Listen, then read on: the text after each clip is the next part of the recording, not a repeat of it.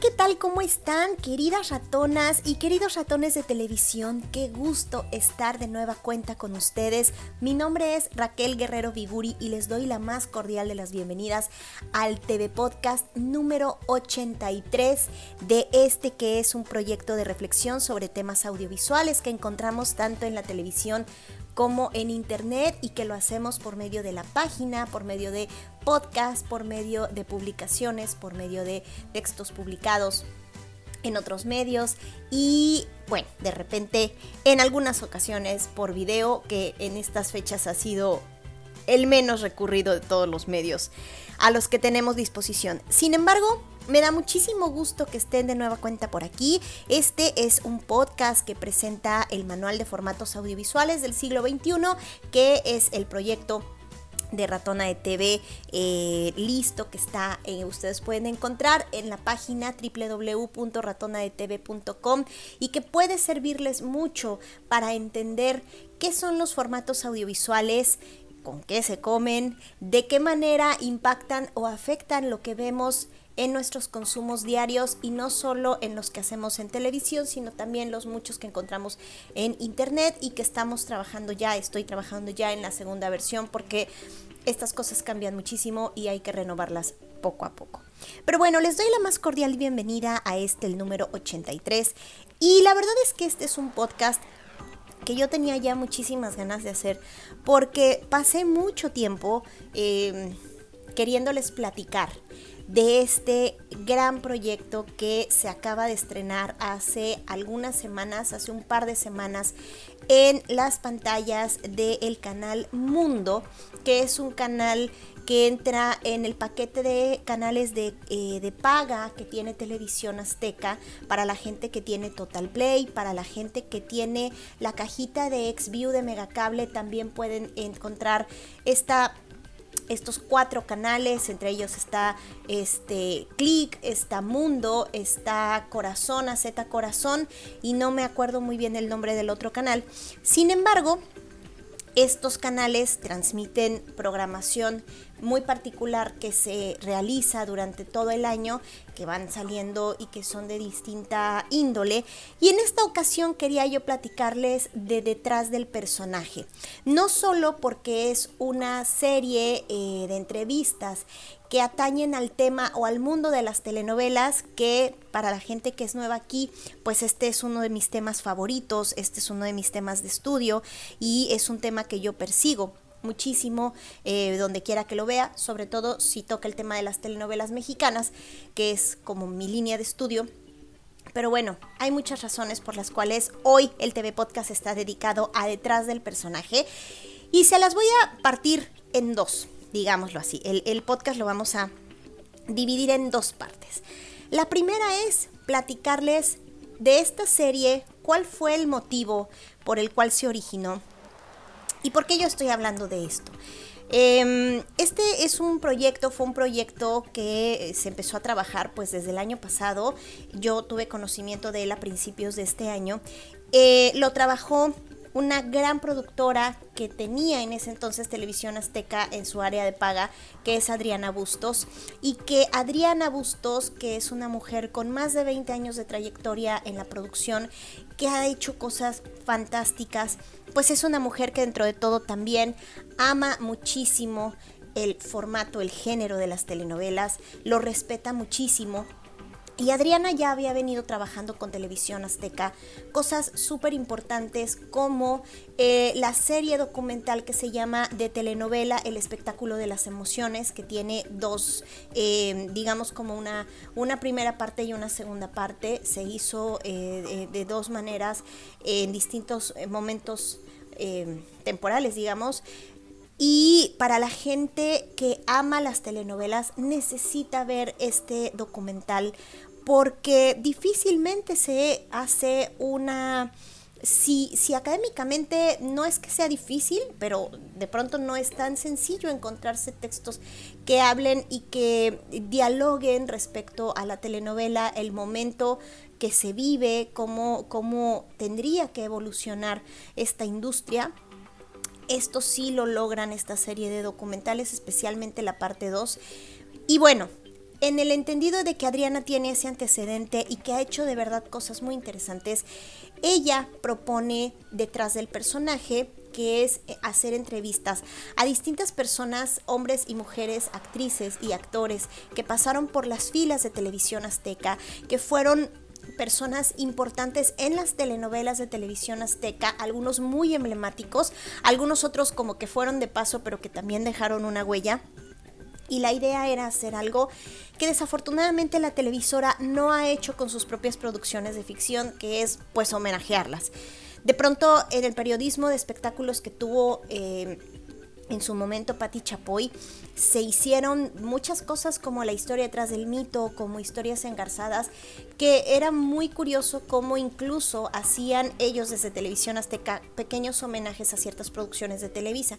Sin embargo, lo que realmente pasó es que no hubo tal homenaje y no ha habido tal homenaje o reconocimiento de las telenovelas de la empresa y pues hacia la empresa, ¿no? Entonces el planteamiento de Adriana era ese, poder realizar una serie de entrevistas para hablar de las telenovelas y un poco quizás hacer este énfasis en que es algo que ya no se produce en Televisión Azteca y pues realmente el impacto que ha tenido para estas muchas personas que pues han tenido que buscar espacios en otros lugares y bueno, pues que de alguna manera hace falta y que independientemente de lo que diga Alberto Ciurana, hacen falta y la prueba está ahorita con los ratings de Betty la Fea. Pero bueno, a principio de año a mí pues me habla Adriana y me invita a participar en este proyecto para que yo fuera guionista, lo cual me emocionó muchísimo, lo cual para mí fue un honor y no supe más que decir que por supuesto que sí, lo trabajaríamos a distancia, obviamente antes de que pasara todo esto del COVID, pues yo no vivo en la Ciudad de México, entonces pues de todos modos tenía que ser un trabajo a distancia. Y lo que ella me encomendó fue que con la pasión que ella estaba vislumbrando el proyecto, yo pudiera darle todo ese corazón y todo ese amor que yo tengo por las telenovelas en forma de guiones. Entonces, desde enero, más o menos a mediados finales de enero, yo me sumé a este proyecto de Adriana. Eventualmente pasaron muchísimas cosas en todo el año. Adriana dejó de elaborar en la empresa. Y bueno, pues el proyecto cayó en otras manos, pero siguió y llegamos hasta el momento actual, octubre de 2020, que ya se estrenaron 6, hoy que es jueves, que precisamente el podcast que normalmente normalmente en tiempos normales yo solía programarlo para los miércoles, pero lo estoy haciendo en jueves, precisamente aprovechando que hoy son los días de estreno, martes y jueves 8 de la noche en el Canal Mundo. Y entonces, bueno, ¿qué van a encontrar ahí? Pues una serie de entrevistas muy interesantes. El formato es un programa de 48 minutos repartido con todo y los cortes, los anuncios, etcétera. Es un programa de 1 hora y son 20 entrevistas que de verdad valen mucho la pena porque las historias de vida de las personas que estuvieron involucradas en la industria nos pueden dar el panorama no nada más de sus historias de vida, sino también de la vida de las telenovelas y del momento que se estaba viviendo por producciones, por productor, hay muchas maneras de darle lectura a momentos particulares.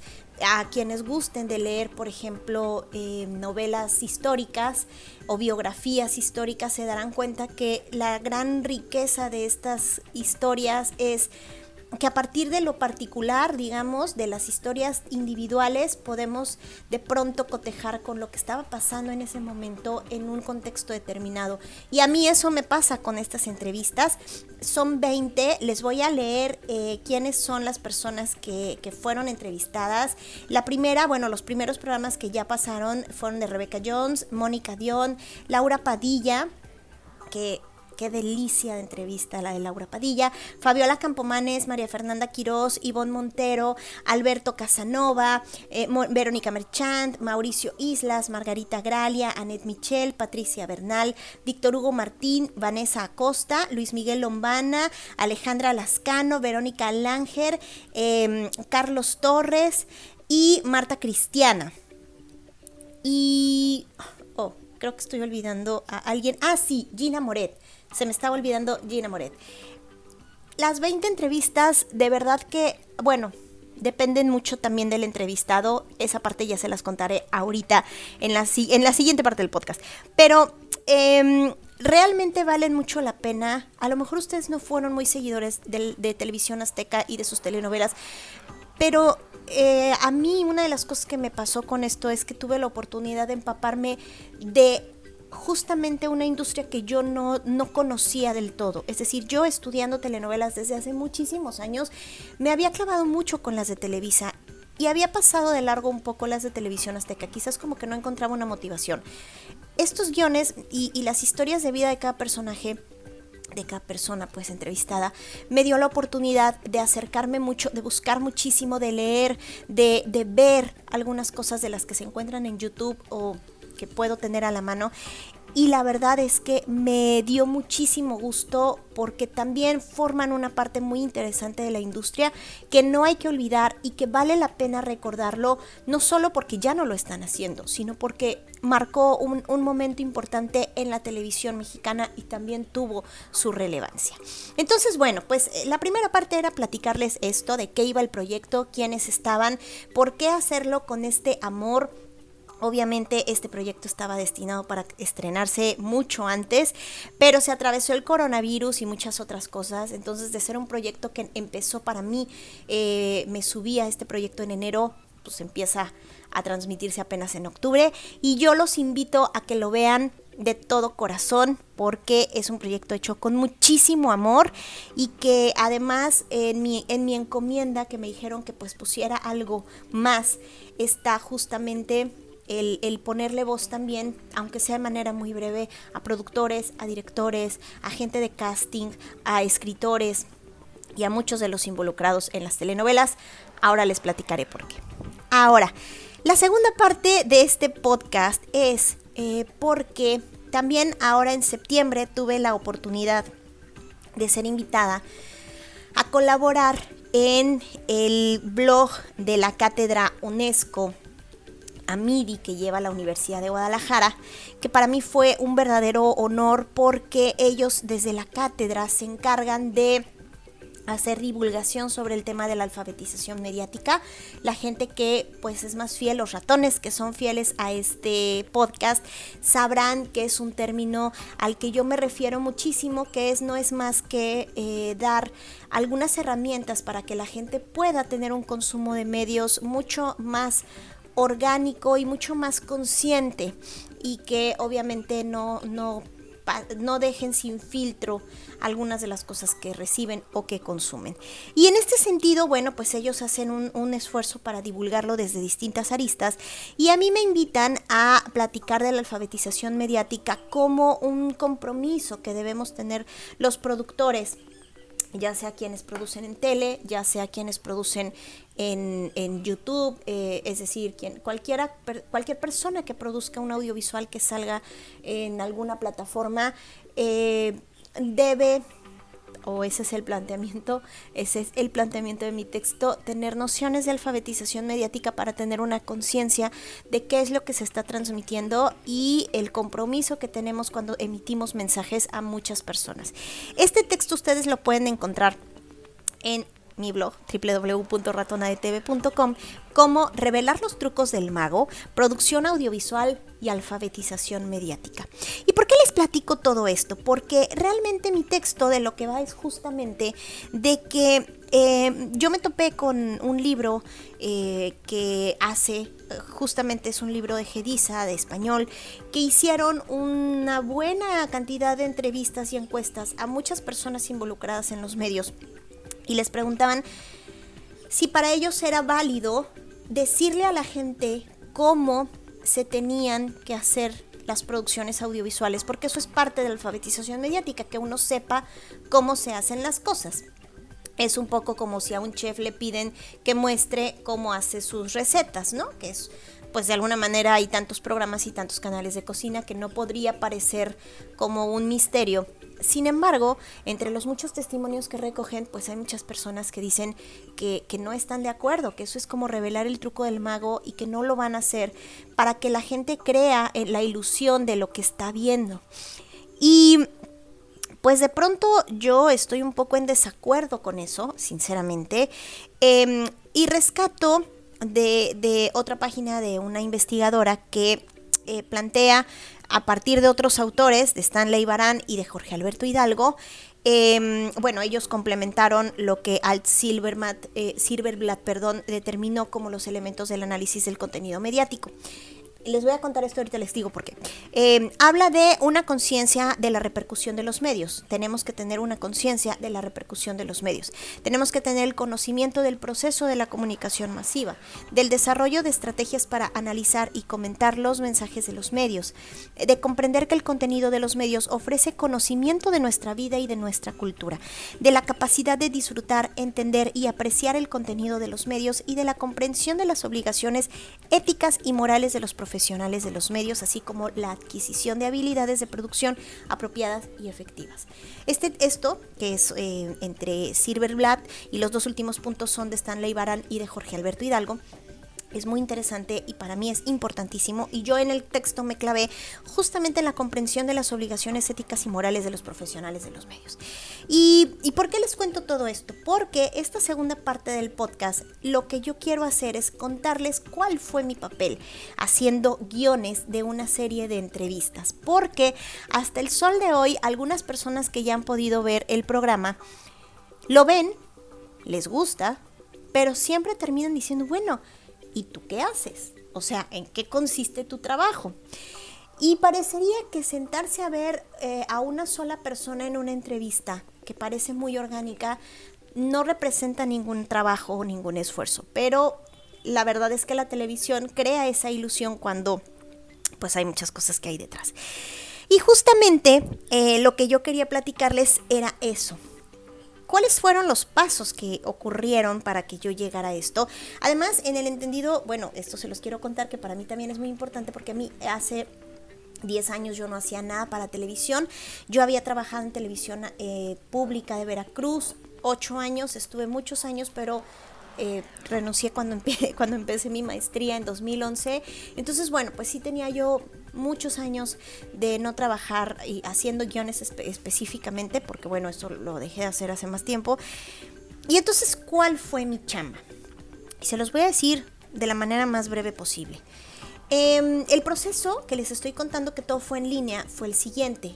Una vez que la gente de Azteca determina de qué va a ir la serie y se plantean las entrevistas, que obviamente esto también es un trabajo que implica que hay una persona, hay varias personas que deciden quiénes son los entrevistados, y en este caso hubo una persona en particular que hizo, digamos, todo el acopio de los mensajes y de los teléfonos y de todo para que las personas que estuvieron en las entrevistas pudieran llegar. En este caso fue una de las mujeres que además sale mucho en las entrevistas, porque es una mujer que estuvo directamente relacionada con el tema del casting o de la selección de actores y actrices para las telenovelas, y que fue importante en la época de las telenovelas que ya se producían por Televisión Azteca y no por Argos, que Argos tenía su propia producción y su propia directora de casting. En este caso era la de Televisión Azteca. Entonces se hace una lista, se van haciendo las citas y tienen ya muy claro qué es lo que quieren de cada entrevista y de qué va a ir cada entrevista. Entonces, por ejemplo, cuando a mí me contactan es porque ya tienen por lo menos unas 5 entrevistas hechas, y a mí me llegan las entrevistas, me las mandaron por audio. Yo nunca vi físicamente cómo se veían las entrevistas, porque por cuestiones del peso de los archivos, a mí solo me llegaban los audios.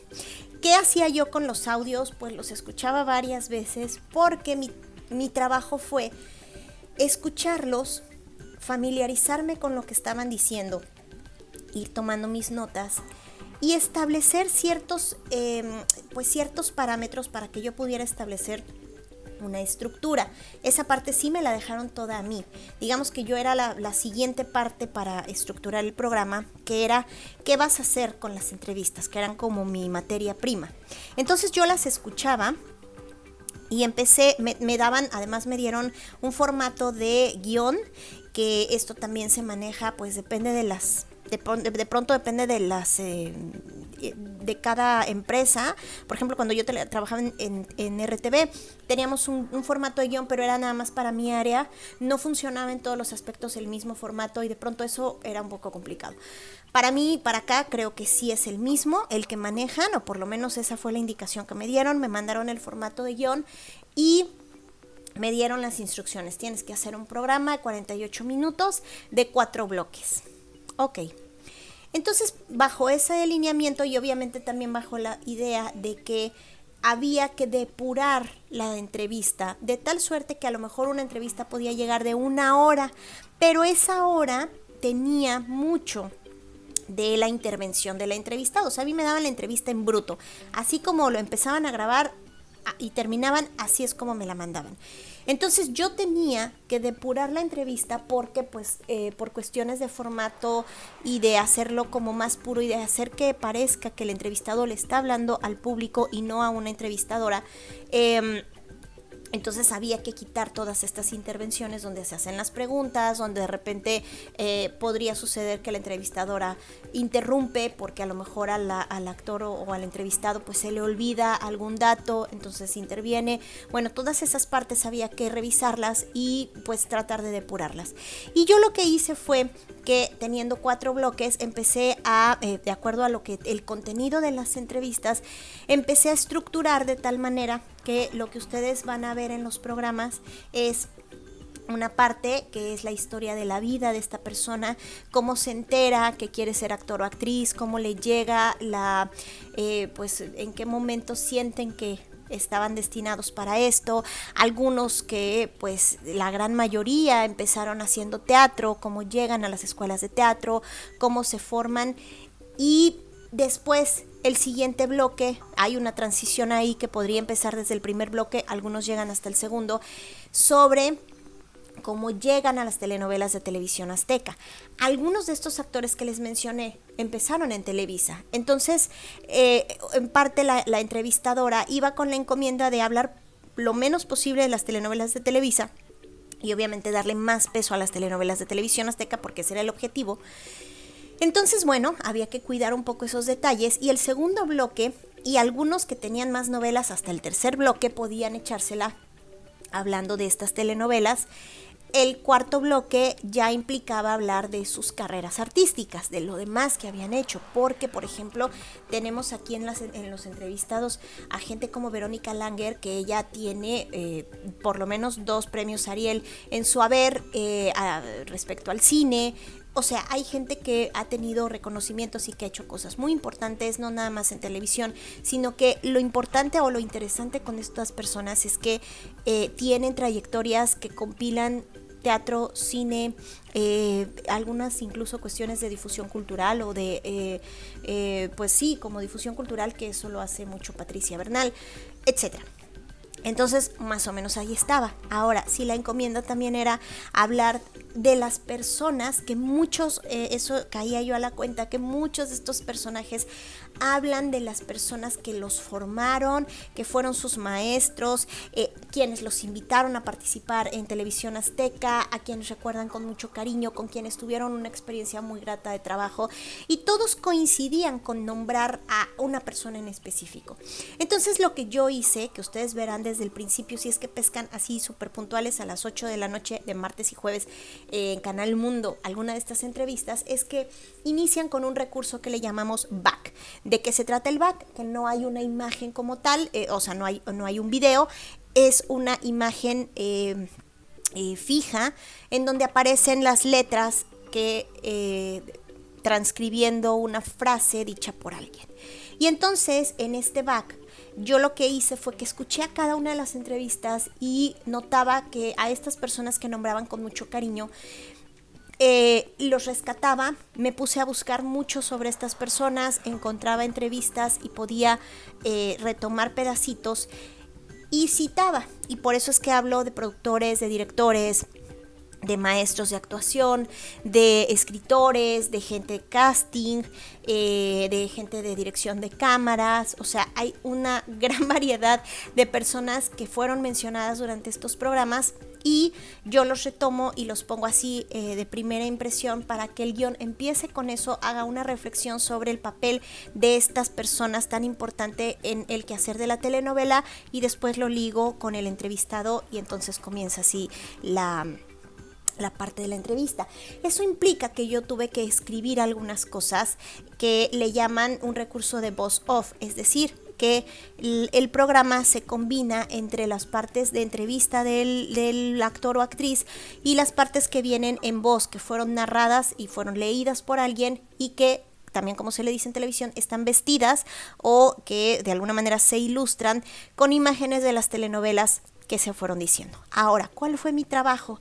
Mi trabajo fue, aparte de todo esto que les estoy contando, pues obviamente ponerle orden, porque pronto llegaban entrevistas, podían llegar de 1 hora, podían llegar de 1 hora y media, depende mucho del entrevistado. Y había gente que de verdad se narra muy bonito y que se cuenta sus historias muy bonito, pero de pronto tenían muchas ganas de platicar y hablaban mucho. Lo cual significa que, por ejemplo, hubo una entrevista en particular que duró como 1 hora y media, porque por lo menos los primeros 45 minutos de la entrevista la persona empezó a contar la historia de antes de que fuera actor, que además una historia súper interesante. El actor se cuenta padrísimo, no se las voy a spoilear, no les voy a decir el nombre del actor, pero está muy interesante. Es un cuate que trabajó que era ejecutivo de un banco y fue creciendo, pero después estaba ya en lugares súper chidos del banco y después lo dejó porque realmente se dio cuenta que quería ser actor. Y toda esta historia la cuenta en muchísimo tiempo. Y entonces, ¿cuál es mi chamba? Pues mi chamba es rescatar las partes más importantes de toda esa narración, recortarlas o empatar cachitos con cachitos que tengan lógica y sentido para que puedan transmitir lo mismo, a lo mejor sin tanta paja, porque pronto en la misma narración pues se puede repetir o puede decir las cosas de igual manera. Entonces pasaban este tipo de cosas y yo tenía que ordenarlas. Luego, por ejemplo, si se les preguntaba de alguna telenovela, algunos de pronto pues no se acordaban, otros que se les preguntaba, o sea, la entrevistadora llevaba su lista de telenovelas de cada actor para hacerles referencia a cada una de estas. Y de pronto había unos que no se acordaban ya de lo que había pasado y había otros que decían, ¿sabes qué? No fue una buena experiencia, no tengo nada que decir. Entonces, ¿cuál era mi chamba? Poder hablar de todas estas telenovelas, y si el entrevistado no quería mencionarlas, yo las tenía que poner en la voz off para hacer una mención de que estuvieron participando en ella y pasar a lo siguiente, ¿no? A lo que el actor después hiciera. Luego lo que pasaba es que se iban acordando durante la entrevista así en bruto, pues de pronto no se acordaban de manera cronológica de las telenovelas. Entonces te hablaban de una, luego te hablaban de otra que hicieron al último, luego te hablaban de la primera. Y mi trabajo también era pues organizar todo eso y mencionarlo o acomodarlo de manera cronológica para que, así como le estuviera platicando con la gente, pues pareciera que estaba haciéndolo de una manera así, ¿no? Primero pasó esta, luego pasó esta, luego pasó esta, luego pasó la siguiente. Y pues de alguna manera acomodar estas cosas. Luego había algunos que después, cuando yo ya me involucré en el proyecto, me preguntaron, oye, ¿necesitas que se hagan algunas preguntas en particular? Yo expuse algunas y algunos actores sí las contestaron muy padre. Entonces yo tenía que irlas acomodando entre el bloque 3 y bloque 4. Y lo más bonito de todo es que la gran mayoría, eso no fue petición mía, pero muchos lo hicieron, que fue hacer una reflexión de lo que necesitaba la industria, que se volvieran a hacer telenovelas, pero muchos reflexionando respecto a la evolución que deberían de tener estas historias si es que vuelven a la pantalla. Pero era el común decir, caramba, vuélvanlas a hacer. Lo cual creo que para mí también es una de las partes muy importantes o rescatables de esto. Ahora también, ¿de qué otra manera se puede justificar mi trabajo?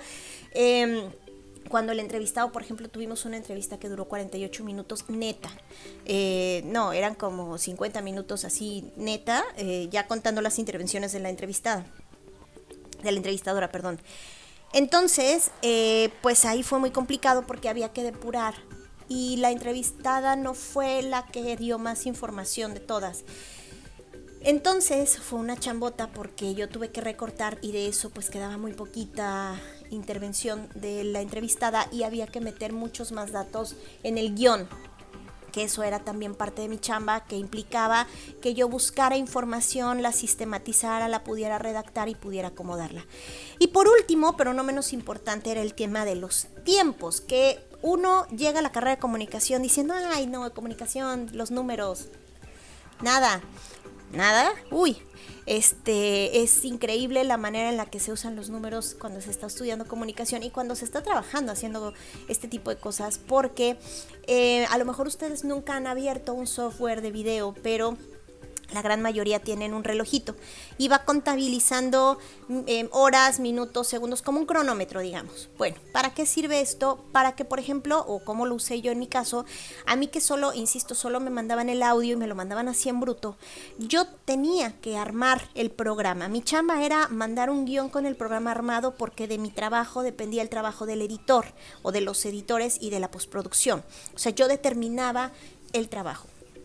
Y bueno, la estructura y cómo se iban a acomodar las palabras del entrevistado, etcétera. Entonces, ¿de qué iba yo? La encomienda era un guión de 48 minutos y en 4 bloques. ¿Qué significaba esto? Que yo tenía que jugar con los tiempos. Por ejemplo, un bloque no me podía durar 15 minutos y otro 9. Tenía yo que hacer equitativos más o menos, que los bloques me duraran como 12 minutos o 13 aproximadamente para que todos tuvieran el mismo peso y acomodarlos así y darles coherencia y que con la voz off pudiera yo rematar y después o con un cacho de entrevista se pudiera rematar el fin del bloque y luego dar pie al siguiente, ¿no? Por si la gente de pronto prende y no sabe qué está viendo. Entonces hay que tener un sentido también de reiteración en eso y eso lo tiene que hacer la voz off. Era parte de mi chamba. Pero el tema de los tiempos es bien importante porque de pronto pues no se entiende y de pronto hay gente que no entiende por qué hay que tener estas precisiones, sobre todo trabajando en empresas como Televisión Azteca, que son muy específicos con los tiempos porque se programan. Cuando yo trabajaba en televisión pública, a veces eso nos quedaba un poco guango. Sí teníamos parámetros de tiempo, pero podíamos pasarnos del margen y podíamos no ser tan específicas en algunas cosas. En mi caso, cuando yo era asistente, que me tocaba hacer de todo, de pronto hacía guiones y de pronto yo editaba. Entonces no era para mí tan riguroso tener especificaciones desde el guión sobre eso. Aquí sí, porque mi trabajo dependía, de mi trabajo dependía el trabajo de otra persona y yo no podía estar ahí para indicarle, ahí cámbiale, ahí no, ahí componle. Pues no, todo era a distancia. Entonces, yo lo que hacía es que la entrevista completa la subía a mi programa de software, a mi software de video, perdón. Y lo que iba haciendo es que, ya que estos tienen capas, iba yo trabajando por capas y tenía que especificar, por ejemplo, si la entrevista o el insert que le llaman, que son estos cachos de entrevista, inicia en el minuto, yo tenía que fijarme, minuto 4, segundo 32. Ahí empieza y tenía que especificar, empieza con la frase, si alguna vez nos vimos. Entonces yo ponía eso y tenía que ver cuánto duraba el insert y decir, ok, este insert que empezó en el minuto 4:32 termina en el minuto 6:48 con la frase, si nos dejan, por poner un ejemplo, para que el editor tuviera una idea real de qué es lo que yo estaba pidiendo y sobre todo cuando eran cachos así entrecortados, cómo podían unirse y que tuviera coherencia. ¿Y qué pasaba con esos números? Que yo tenía que jugar con esos números que obviamente no me quedaban cerrados, o sea, podían durar minuto y tantos con tantos segundos. Y entonces eso hay que contabilizarlo por cada bloque y contar el tiempo. Y contar el tiempo, que no es así como solamente cronometrar, es un verdadero problema. Para mí fue un coco. Los 8 años que trabajé en televisión, ahora fue muy amable porque ya hay programas y aplicaciones que te resuelven eso fantásticamente, pero obviamente contar el tiempo es un problema. si sumas. ¿Por qué? Porque estás sumando de minutos, de cuestiones, bloques de 60. Entonces, pues la operación no te sale como normalmente te tendría que salir, sino que tienes que sumar segundos y minutos. Y esto es un problemón. A mí siempre se me complicó mucho. Así es como había que entregar todo para decirte este bloque con las intervenciones, más lo que yo tenía que meter de voz off para que todo me diera un total de estos 13 minutos o 12 minutos de cada bloque y que sumados todos me dieran 48 o 48 y tantos. Y esa era mi chamba. Entonces, de pronto, cuando la gente se sienta a ver un programa y lo ve todo súper orgánico y lo ve que corre y fluye muy bonito, no saben en dónde está la mano del escritor y por qué esto es una de las tantas formas de hacer trabajo escrito en televisión. Está el tema de la ficción, que es muchísimo más complicado y creo que ahí yo nunca me meteré, bueno, nunca digas nunca, pero no soy la más, no me fluye tanto haciendo ese tipo de guiones, pero de los otros aprendí a hacerlos durante muchos años y me acomodan muy bien y creo que pues no lo hice tan mal teniendo los recursos que tenía y la encomienda. Entonces mi trabajo era entregar estos guiones terminados. ¿Cuánto me tardaba en cada guión? Empecé tardándome mucho porque, insisto, tenía más de 10 años de no hacer esto, me costó mucho trabajo agarrar la onda y después fui sistematizándolo de tal manera que por lo menos podía tardarme al menos, pero por cada guión, unas 6-7 horas por cada guión.